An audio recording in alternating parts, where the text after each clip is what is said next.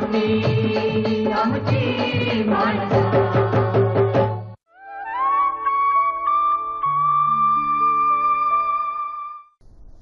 नमस्कार शेतकरी बंधू भगिनींनो, आमची माती आमची माणसं या आपल्या आवडत्या कार्यक्रमामध्ये आपणा सगळ्यांचं हार्दिक स्वागत.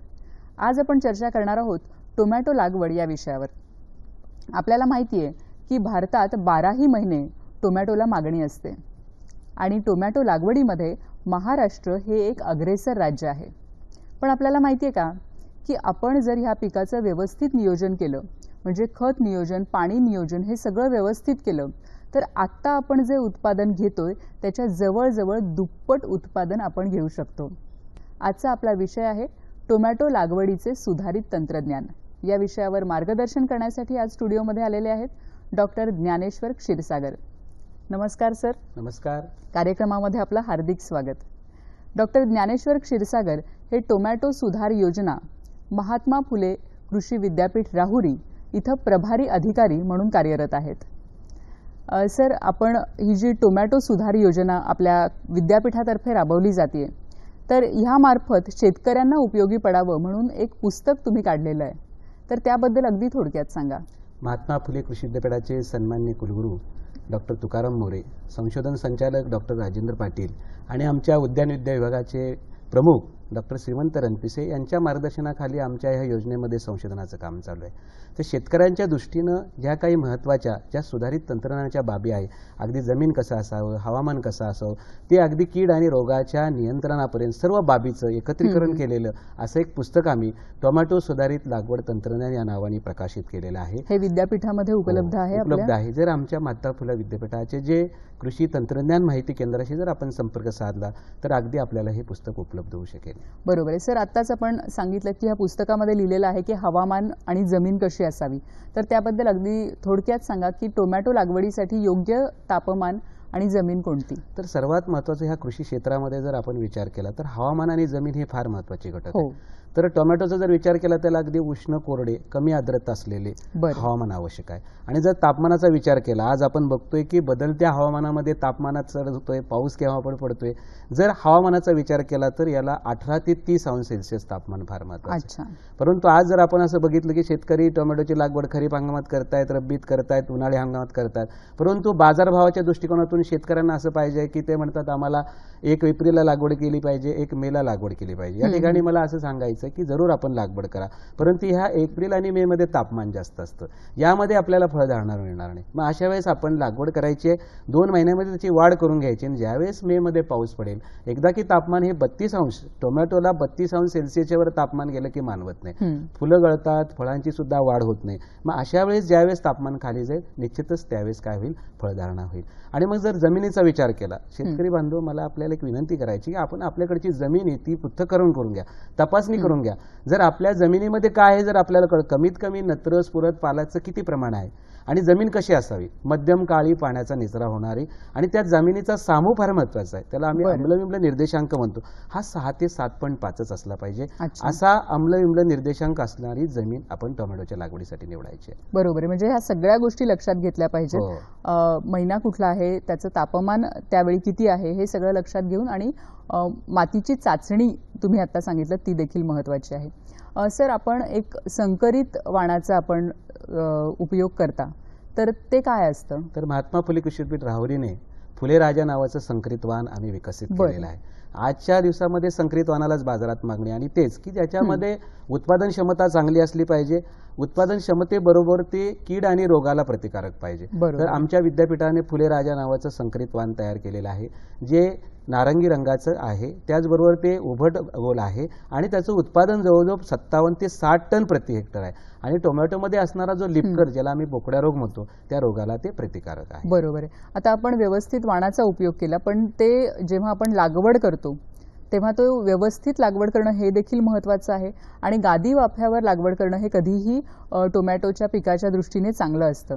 तर गादी वाफे कसे तयार करावेत ह्या पिकासाठी त्याबद्दल सांगा. आज आपण जर बघितलं तर शेतकरी पारंपरिक पद्धती सोडायला तयार नाही. शेतकरी लागवड करताना सरी वरंब्यावर लागवड करतात, पाटाने पाणी देतात, याच्यामध्ये पाण्याचा लॉस होतो आणि उत्पादन सुद्धा चांगलं मिळत नाही. तर शेतकरी बंधूंना माझी विनंती आहे, आता ह्या पारंपरिक पद्धती सोडल्या पाहिजे. ज्या विषयावर आज आपण चर्चा करतो सुधारित तंत्रज्ञान, की ज्याला आपण आधुनिक तंत्रज्ञान असं म्हणतो, मग लागवडीपासूनच आपण आधुनिक तंत्रज्ञानाचा वापर केला पाहिजे. अगदी सोपं आहे ते. आपण जर समजून घेतलं तर याच्यामध्ये 1 मीटर रुंदीचा 1 फूट उंचीचा गादी वाफा तयार करायचा. लांबीला तुम्ही किती पण ठेवा. बरं. आणि अशा गादी वाफ्यामध्ये मग तुम्ही शेणखत घाला, हेक्टरी सर्वसाधारणपणे 20 टन लागतं, लिंबोळी पेंट घाला आणि असे जे गादी वाफे तुम्ही भरून घ्या आणि ह्या गादी वाफ्यावर बरोबर मधोमध 2 ओळीतलं अंतर 60 सेंटीमीटर ठेवायचे, 2 रोपातलं अंतर आपण 45 सेंटीमीटर ठेवायचं आणि अशा प्रकारे जोड ओळीमध्ये लागवड करायची आणि मग त्याच्या मधोमध आपण ही पाण्याची ड्रिपर देऊन ठिबक सिंचनाने पाणी द्यायचं. बरोबर आहे. गादी वाफे तयार झाल्यानंतर आच्छादन करणं ही देखील एक महत्वाची गोष्ट आहे. तर कशासाठी आच्छादन केलं जातं? तर आता भाजीपालाच्या पिकामध्ये लागवडीमध्ये आच्छादनाचा सुद्धा वापर अत्यंत महत्वाचा आहे. मग याच्यामध्ये ज्याला आपण सिल्वर ब्लॅक म्हणतो, वरून चंदिरी असतं, खालून काळस असतं, असा जर आपण आच्छादनाचा वापर केला तर निश्चितच तो फायदेशीर आढळणार. मग कशा प्रकारे फायदेशीर होतो? सर्वात महत्वाची बाब अशी आहे की आपण ठिबकने पाणी देतो, हा आच्छादन वरून टाकलेलं असतं, तर त्याच्यामुळे पाण्याची बचत होते आणि एक प्रकारचं त्या आच्छादनाखाली आम्ही त्याला मायक्रो क्लायमेट होतं, एक प्रकारचं वातावरण त्या ठिकाणी तयार होतं, चांगलं वातावरण, मुळाची वाढ चांगल्या प्रकारे होते.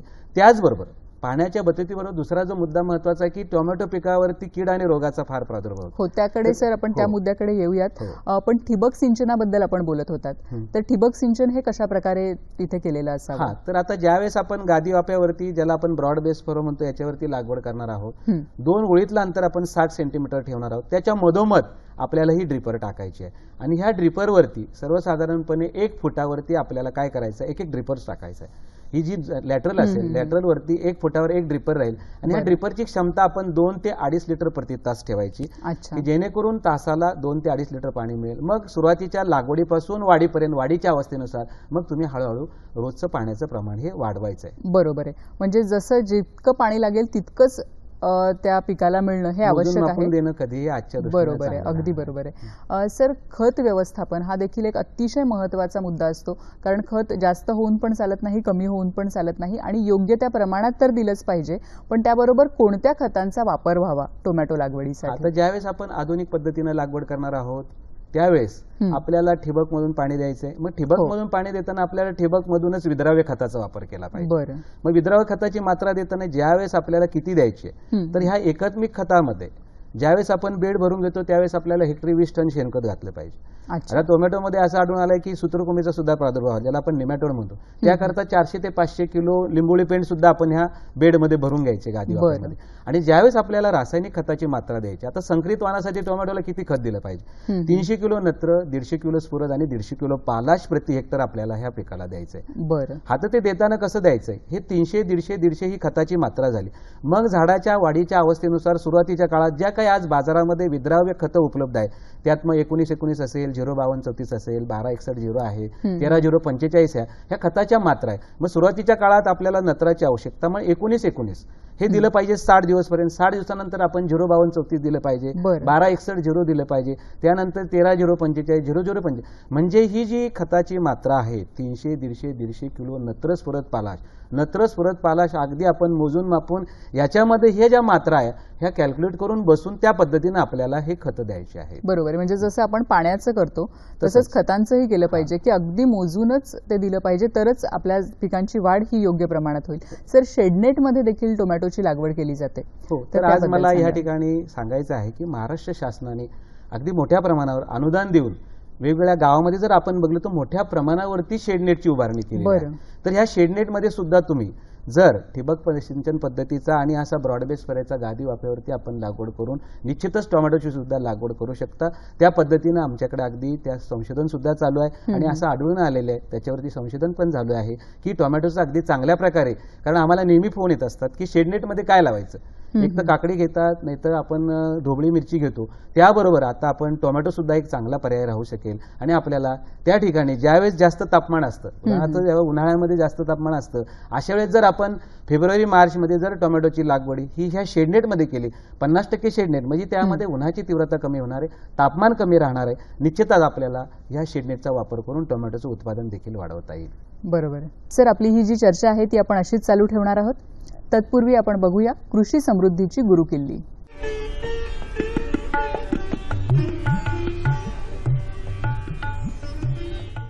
नमस्कार. कृषी समृद्धीची गुरुकिल्लीमध्ये पुन्हा एकदा आपणा सर्वांचं हार्दिक स्वागत. मंडळी, या कार्यक्रमाच्या माध्यमातून शेतकऱ्यांना आपलं उत्पादन कोणकोणत्या प्रकारे वाढवता येईल याविषयी त्यांना टिप्स देण्याचा, याविषयी त्यांना विशेष मार्गदर्शन करण्याचा प्रयत्न या कार्यक्रमातून आपण करत असतो. आजच्या कार्यक्रमात सुद्धा विद्राव्य खताचा वापर करून आपलं उत्पादन कसं वाढवता येईल याविषयीची एक यशोगाथा आपण ऐकणार आहोत, पाहणार आहोत. ठाणे जिल्ह्यातील अंबरनाथ तालुक्यातील वांगणी येथील गणेश मधुकर देशमुख या प्रगतिशील शेतकऱ्याची यशोगाथा आपण आजच्या कार्यक्रमात पाहणार आहोत, ऐकणार आहोत, ज्यांनी आपल्या शेतामध्ये विद्राव्य खताचा पद्धतशीर वापर करून एक विक्रमी असं कलिंगडाचं पीक घेतलेलं आहे. चला तर मग आपण थेट ऐकूया गणेश मधुकर देशमुख यांचा अनुभव. मित्रांनो, आपण 88 साली मी 10वी पास झालो आणि शाळा सोडली. घरची हलाखीची परिस्थिती आणि पुढे माझे कुटुंब चालवायचा हा प्रश्न उभा होता आणि त्यातच मी छोट्या मोठ्या नोकऱ्या करायला लागलो, पण त्यात माझी कुटुंबाची जबाबदारी पार पडेल असं वाटत नव्हतं. आणि मग आपण एक निर्णय घेतला की काय करायचं, तर आपल्याकडे असलेल्या थोड्याफार शेतीमध्ये आपण शेतीला सुरुवात करूया. एक धोरण निश्चित केलं की जर नोकरी केली 700-800 रुपये त्यावेळेच्या पगारामध्ये आपलं घर भागणार नव्हतं. शेती करायचं हे निश्चित का केलं, तर त्याचं कारण महत्वाचं म्हणजे की माझ्या ज्या काही घरच्या गरजा होत्या ह्या नोकरीमधून पुऱ्या होणाऱ्या नव्हत्या, किंवा आता शिक्षण कमी असल्यामुळे चांगल्या पगाराची नोकरी मिळेल अशी खात्री नव्हती. त्यामुळे आपण शेतीकडे वळलो आणि शेतीमधूनच आपण काहीतरी आपल्या कुटुंबाची जबाबदाऱ्या पार पाडू.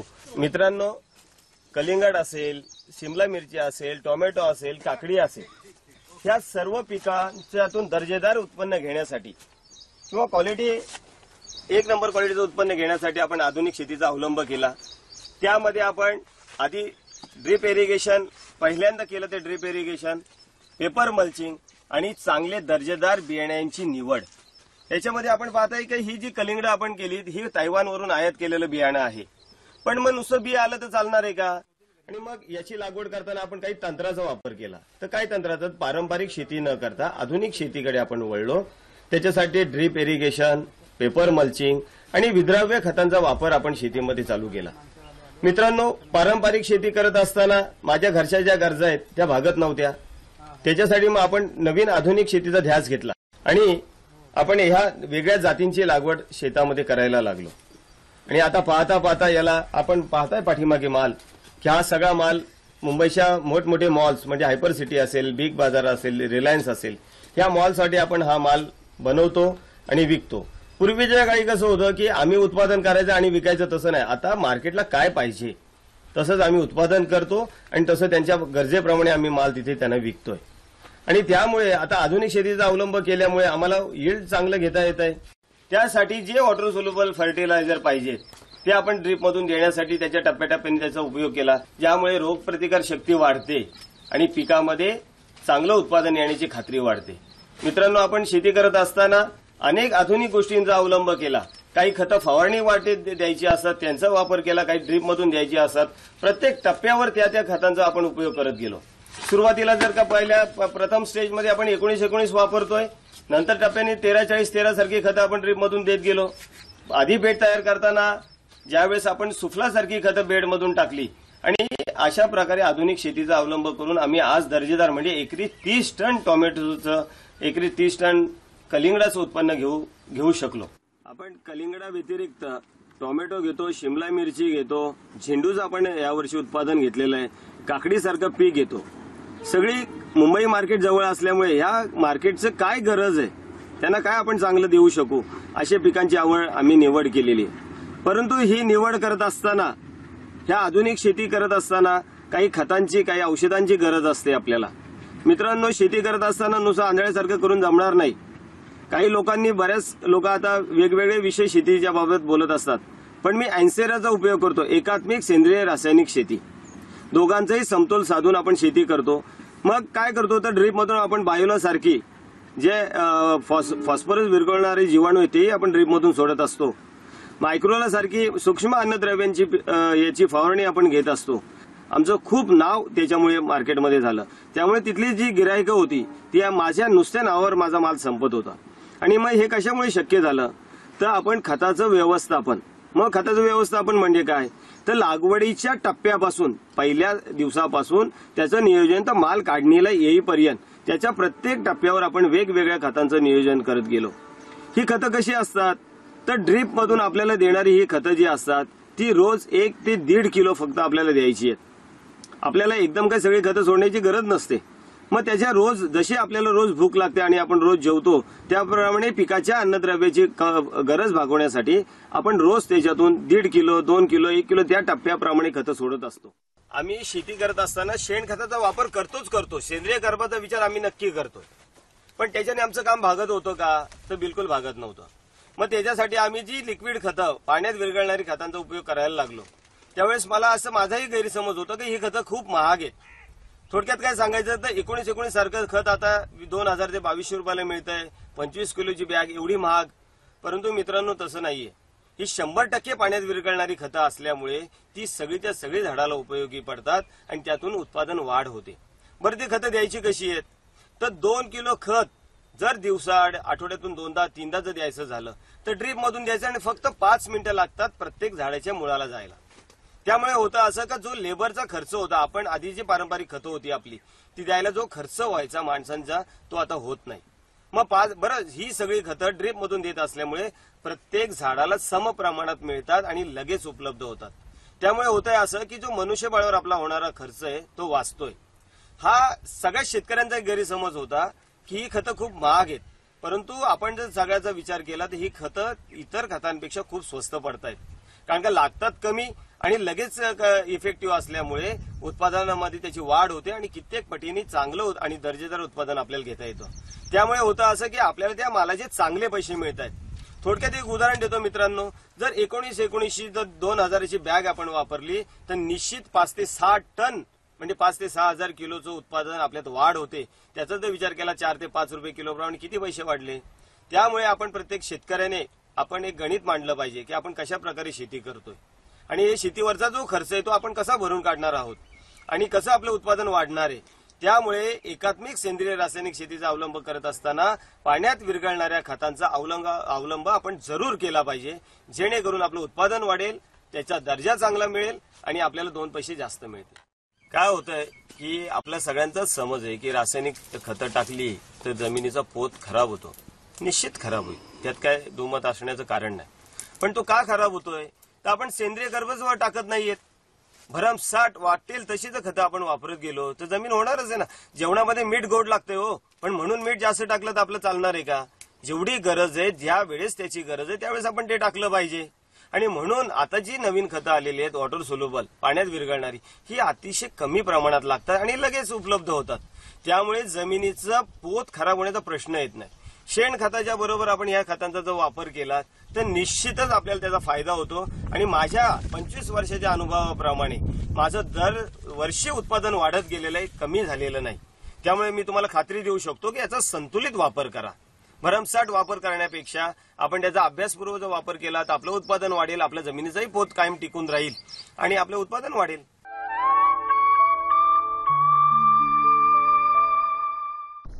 नमस्कार.